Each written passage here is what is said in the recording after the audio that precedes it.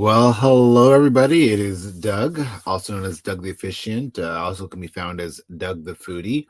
You have stumbled onto or came here by design to engage. Welcome to engagement.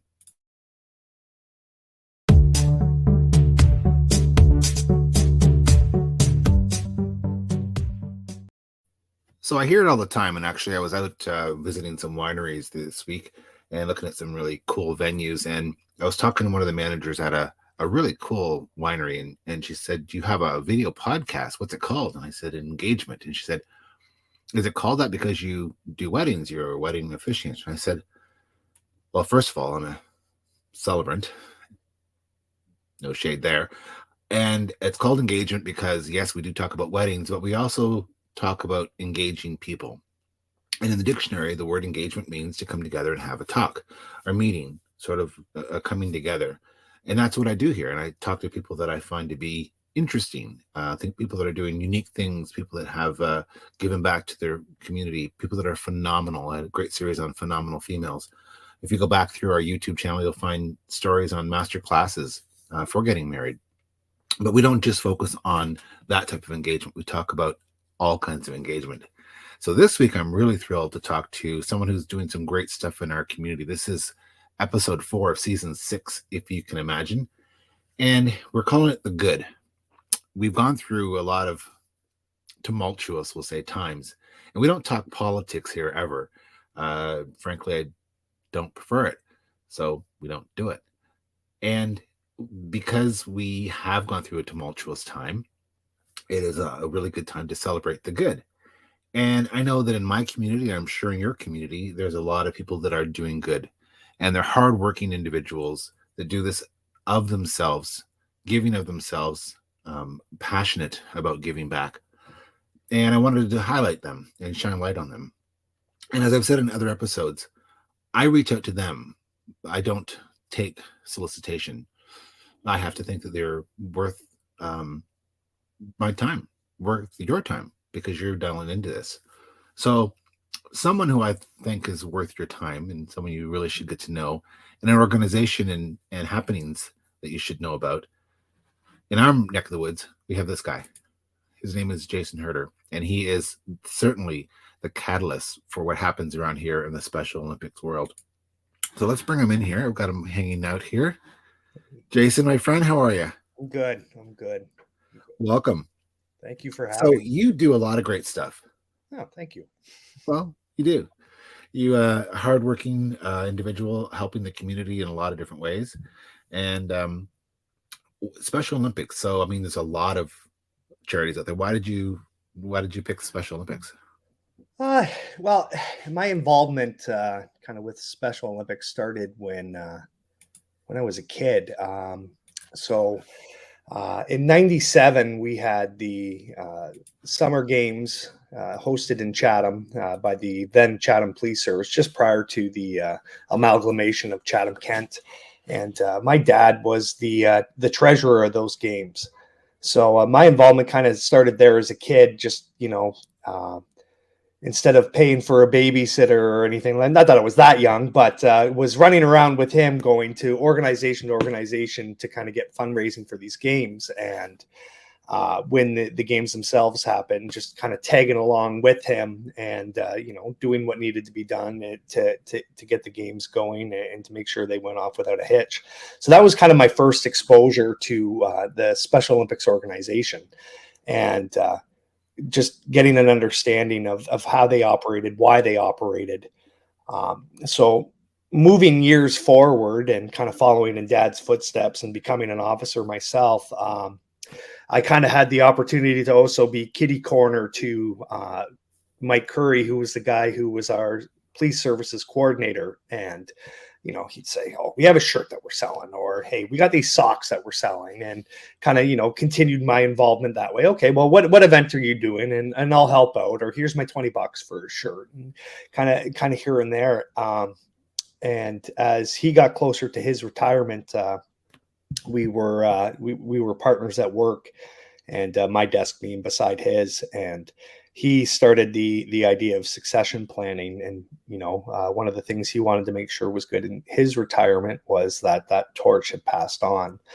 And I kind of noticed that something was up near his last year, because it would be, hey, let's go for a coffee, and I'll buy your coffee today, and I think you should ride. We'll go for a ride together, and I want to talk about some stuff. And he kind of continued to strengthen my knowledge of the organization. And like, I just want in. And he had taken me to an opening leg or a final leg for one of the games, and running into an arena full of thousands of athletes, their families, their friends, and just taking in that experience. I'm like, I want to do this, and I want to continue to do this for as long as they'll let me do this. So that's kind of how my early introduction into the organization, and then kind of what sealed the deal for me, being a part of both the law enforcement torch run for Special Olympics Ontario, as well as the Special Olympics Chatham-Kent and Ontario organizations. Wow. I knew you were involved. And I don't typically get backstories from a lot of people unless I happen to know part of it. I knew part of your backstory, but that was impactful. I mean, obviously your dad couldn't leave you home alone because you're unsafe. It's funny. In my adult years, I still need adult supervision at all times. So that hasn't changed. Yeah, can't be left unattended. We know. That's awesome. I mean, the Special Olympics is and add in the torch run and everything else you guys do. We're going to talk about all the different things you guys do. I don't know that people realize how the depth and breadth of it all. We see Special Olympics, through different, depending on where you're at, through a different lens. Mm-hmm. My first exposure to Special Olympics, oddly enough, was I knew about the Olympics themselves, and I knew about the athletes, and I didn't really get a whole lot of exposure to it until I bought they produced a Christmas CD years ago with a bunch of artists, and I was like, "Wow, this is really great music. It's great Christmas stuff." And then it started to creep into my peripheral too. So I'm really glad you got involved at a young age, and really succession planning had been happening all along, because your dad really started that as well. So absolutely. Let's talk about some of the events you guys do. So absolutely. Which one are you going to talk about first? You know what? Why don't we run it in the order that we do them throughout the year? Chronological works. Yeah, organized structure. Why not? Absolutely. Yeah. So our first big event of the year is always in January, the end of January, and it's our polar plunge. Yes. So when I had kind of taken the reins from Mike as being our police services coordinator, I had a couple individuals from St. Clair College, Thames campus here in town, reach out like right away. And they're like, congratulations on the new gig. However, we want to do this. The Polar Plunge was a very successful fundraising event in other cities, and they wanted to bring it to Chatham. So tried not to be too overwhelmed right off the bat. I said, this is a great idea. Let's do it. Just give me a year to kind of, settle for it. Because it was one of those taking over kind of in December. And it's like, hey, let's do this plunge like in 2 weeks. I'm like, we're going to need a little more time. But give me a little bit more time. And let me kind of get settled in, right? But the plunge is in January. And it's traditionally both locally and provincially the biggest fundraiser we do. Mm-hmm. The Coles notes of it is we have a pool that we build.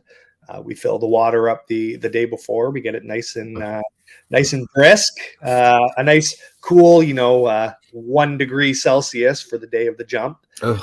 And we get everyone's welcome to do it. The goal is to get as many different law enforcement organizations that are available here in Chatham-Kent to all participate, because it's not just CKPS. We have our OPP. We get our conservation officers, our Ontario parks, our animal welfare, PAWR.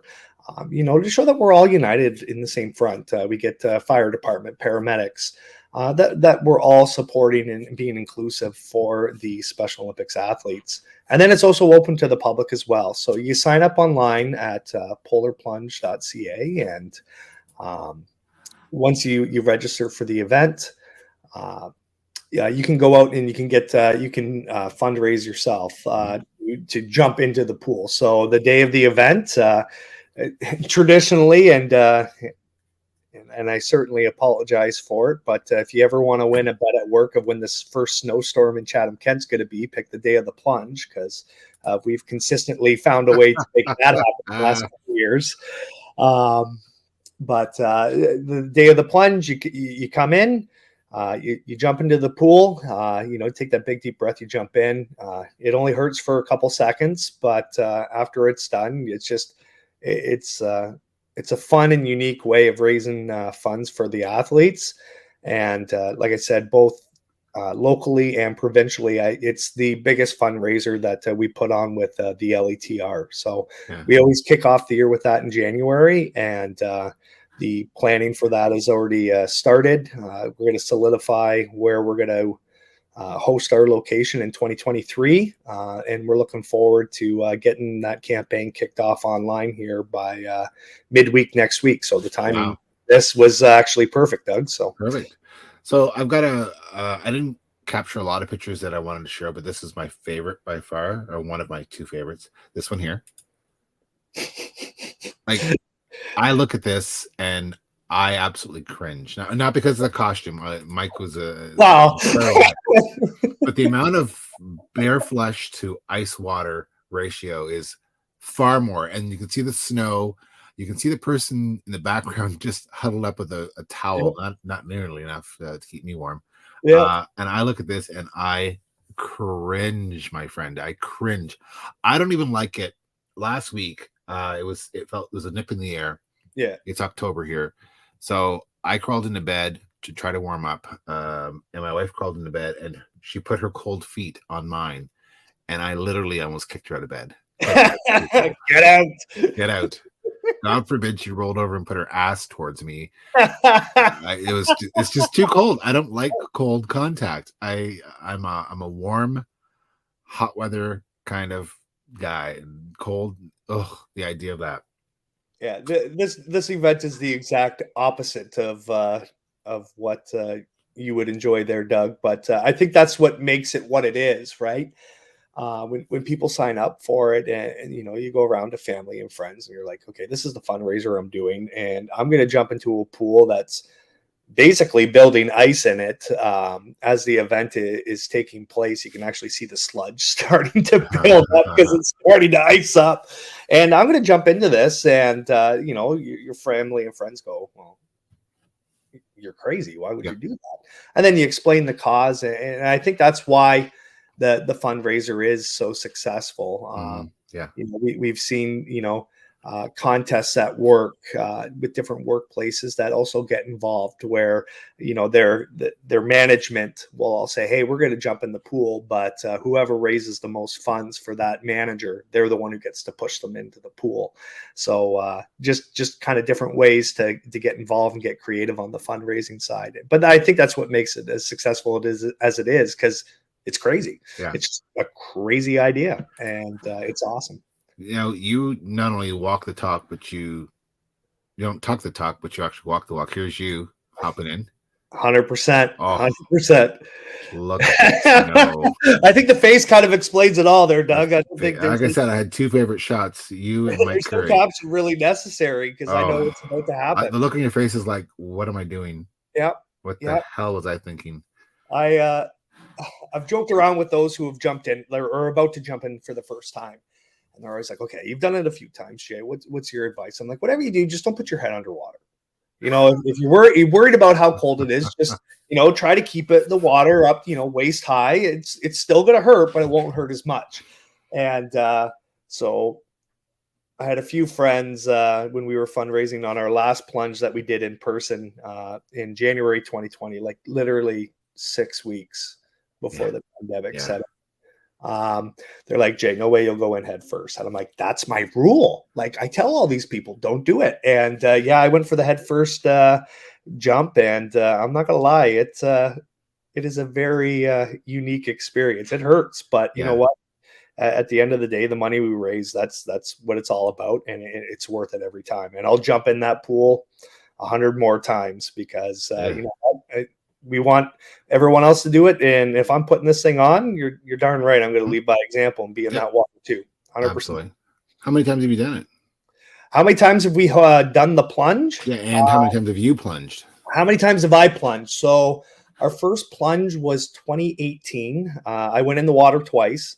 So I did it twice in 18. I did it twice in 19, once in 2020. So I've got five pool dips under my belt. Obviously, COVID kind of shut things down the last 2 years. We did a virtual campaign, but I am really looking forward to getting that pool built and getting in the water again. And we'll hope for maybe 3 plunges this year just to make up for the last time. Okay, well, that's just crazy. I mean, it reminds me of the Seinfeld episode about the pool, and Yep, girls know about shrinkage, right? yep, 100%. I was in the pool. I was in the pool. What's your next event after that? So once the plunge is done, our next big event will be it's a motorcycle charity ride that we do. We host it in August, and it's our torch ride for Special Olympics. Nice. So that I would do.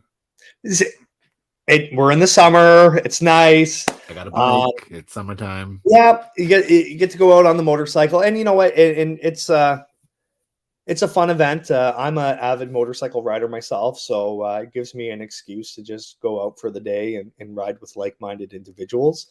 And what makes ours a little unique is we've partnered with and continued that partnership now over many years with our Ontario parks. So depending how we structure the route itself throughout Chatham-Kent, there's so many different sites to see.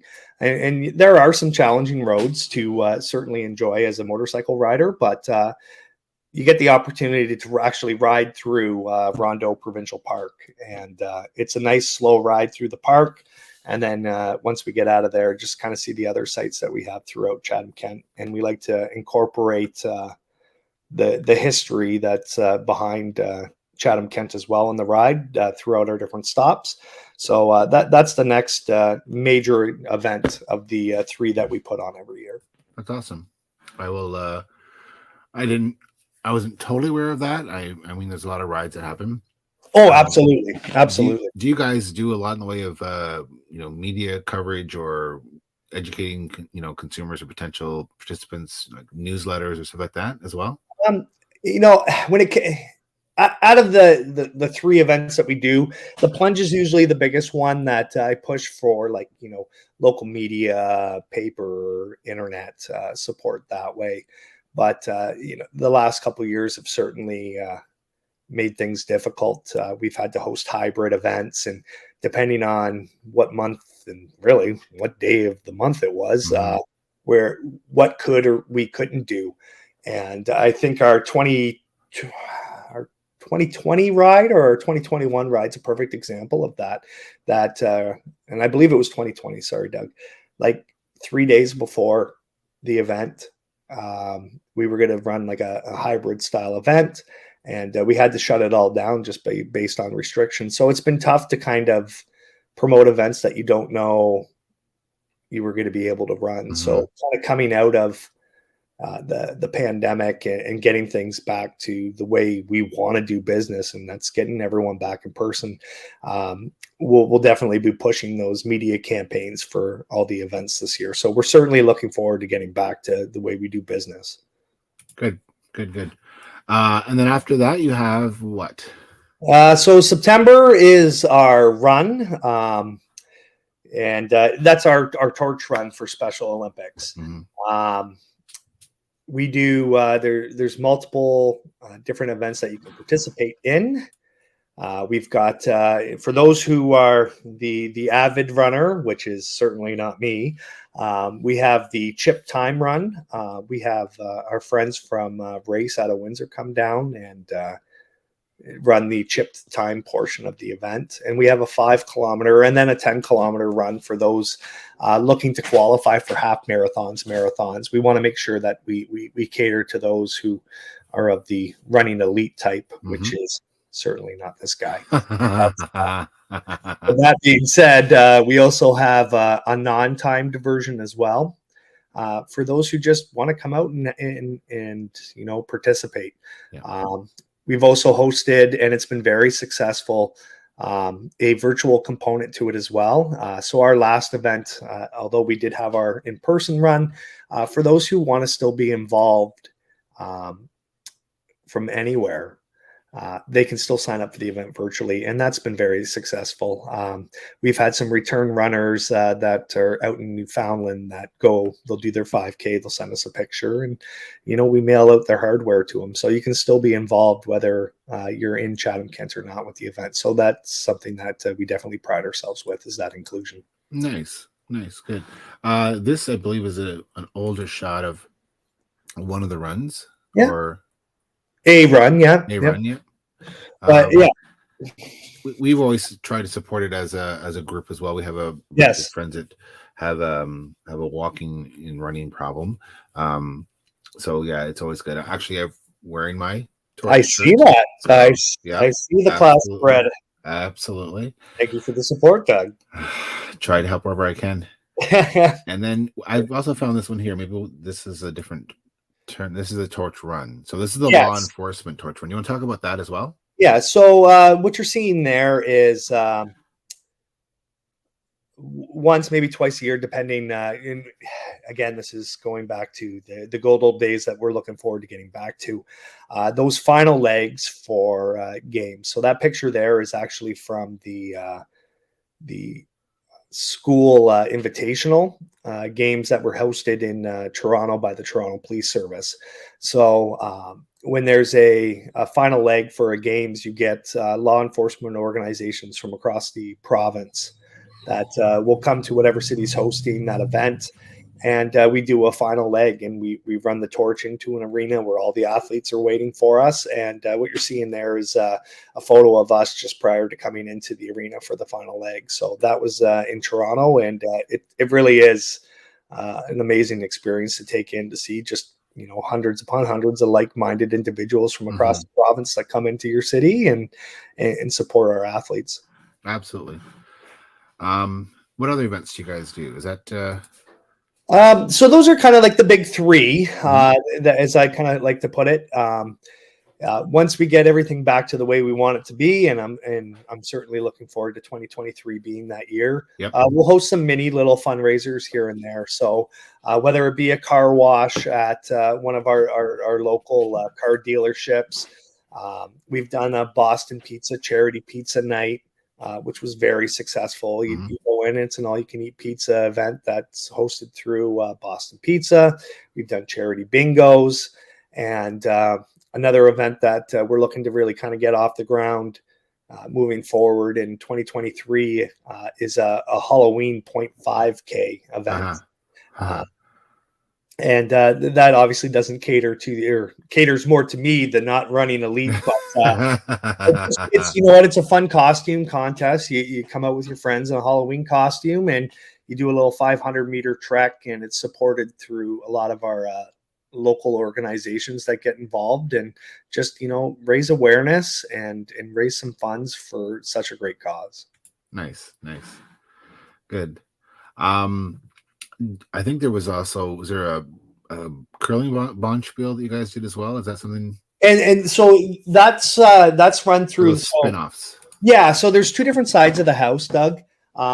There's the Special Olympics Ontario side of the house, and then there's the law enforcement torch run side of the house. And so the LETR side of the house is the fundraising organization where all those dollars go to the Special Olympics side of the house. Right. So Special Olympics Ontario, Special Olympics Chatham-Kent, they themselves run their own events that are independent of that of ours, but our events support our local and the province. If that kind of makes sense of the. It does, and we're a community that supports each other. So Absolutely, there's going to be some of that sort of fringe focus as well. absolutely. So people can get involved. I mean, how many volunteers do you have to help with all that you guys do? That's a lot. That's a lot going on. It's certainly a lot going on. I'm fortunate that the friends that I haven't left me yet, because it certainly is a lot to take on. And I've got a dedicated team in Chatham itself that kind of like a board, so to say, that we kind of run the ideas and spin off of each other. And there's 6 of us there. And then my volunteer total team's around 10 individuals that will go and do the events when it's the time to host it. And that number always grows depending on what event. So obviously with the plunge being a mass undertaking that it is, I could have upwards to 20 people on that organization committee just to make sure that it runs without a hitch. Mm-hmm. Mm-hmm. And if you want to get involved, they can catch you at. So if you're looking to get involved or volunteer with any of the events that we're running here locally, there's 2 ways you can reach out to me. I've got email at jason.h@chatham-kent.ca. Or you can go to Torch Run Ontario and you can look at the organizational structure, and Zone 6 is Chatham Kent. And I just happen to also be the zone coordinator for down here. So if you're looking to get involved locally, all my contact information is on the website as well. Perfect. Yeah, I mean, the old saying, I've said it on here before, something I always subscribed to as a kid is that, many hands make light work. So, if you're helping out, you're part of the solution, not part of the problem, right? Right. So that's right. Yeah.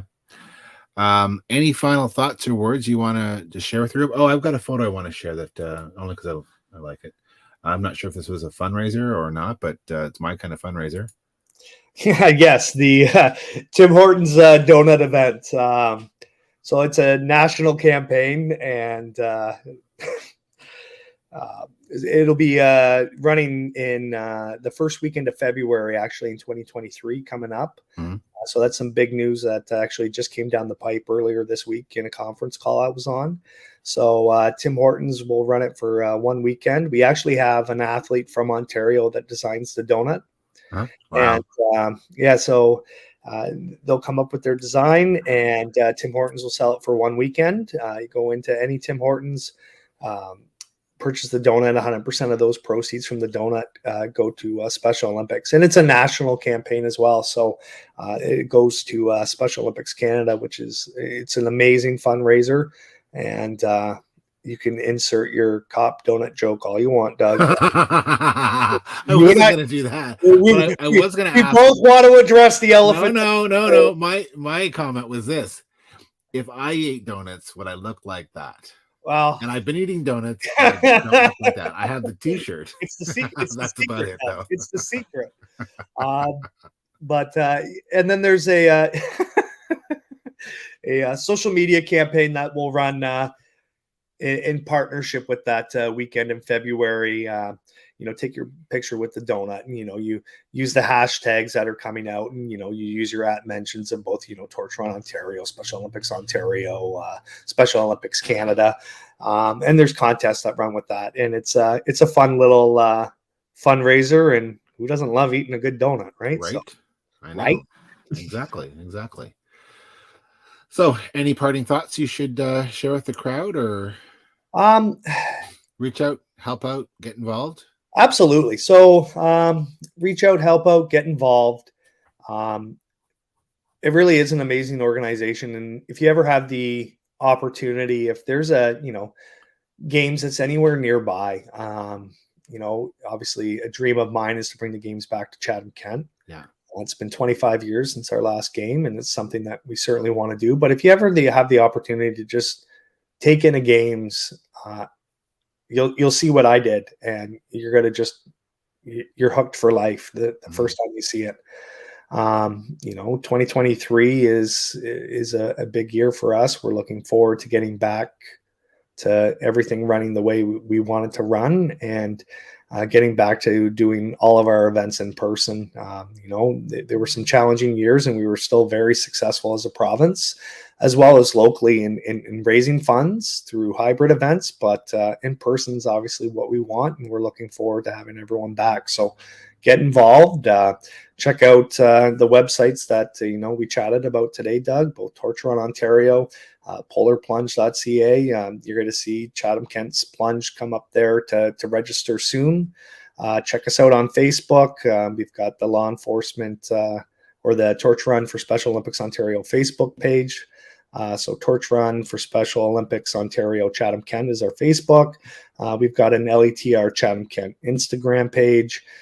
Check out our socials, give us a like, give us a follow, and all the info that you'll be looking for events coming up will be posted on those as well. So Good. Yeah. I've always said to people, you can contribute a lot of ways. You can contribute with money, your time, and your talents, or even just shares. Shares can really help a lot. So, or be a champion and do all three. Right? Yeah. And then and I remember when I kind of first had taken over, 6.5, 7 years ago, and just using the power of the internet for the first time, and kind of showing Mike, hey, you could do these things with Facebook, and it's an amazing power that social media really has. And would reach out to friends of mine, be like, hey, not that I'm creeping you or anything, but I noticed you have like 1,500 friends on Facebook. Can you just give me a share? I got this event. Can you just give me a share? And just, you don't have to be there, but just supporting it that way, just to get the word out to as many people as possible. And just the power that is behind social media to run an event is just, it's incredible. It is, and it certainly can help small charities or small groups that have a very limited manpower to have a much more significant reach. So yeah, one of the success stories that I can recall, we did our motorcycle ride. It was 2019. We did the ride, and I get a couple individuals come up, they sign up, and I noticed right away, like, their license plate. I'm like, you guys came from Michigan. Like, what are you doing in Chatham? Like, how'd you hear about this? Right? Like, is someone here like a friend? They're like, we saw your ad on Facebook. Yeah. And we're like, you know what? This looks kind of cool. We wanted to come up and be a part of it. Like, just that power in itself with social media and just sharing things on the internet. Even if you yourself can't make it, there could be, 5 or 6 friends of yours who were like, hey, that looks fun, and I want to be a part of this. Right. So yeah, even just a share, the power of a share. Right. Mm-hmm. Very true. Very true. All right, my friend. Well, thank you very much for all that you do in our community and for Special Olympics and Torch Run and all of that. Keep up the work, because I know you work tirelessly at this. And recently, you guys had a major loss in the death of Mike Curry, and he was very involved. And so I want you to hang on to the line while I say goodbye to the folks and give a little tribute to our good friend, Mr. Curry. So hang on there.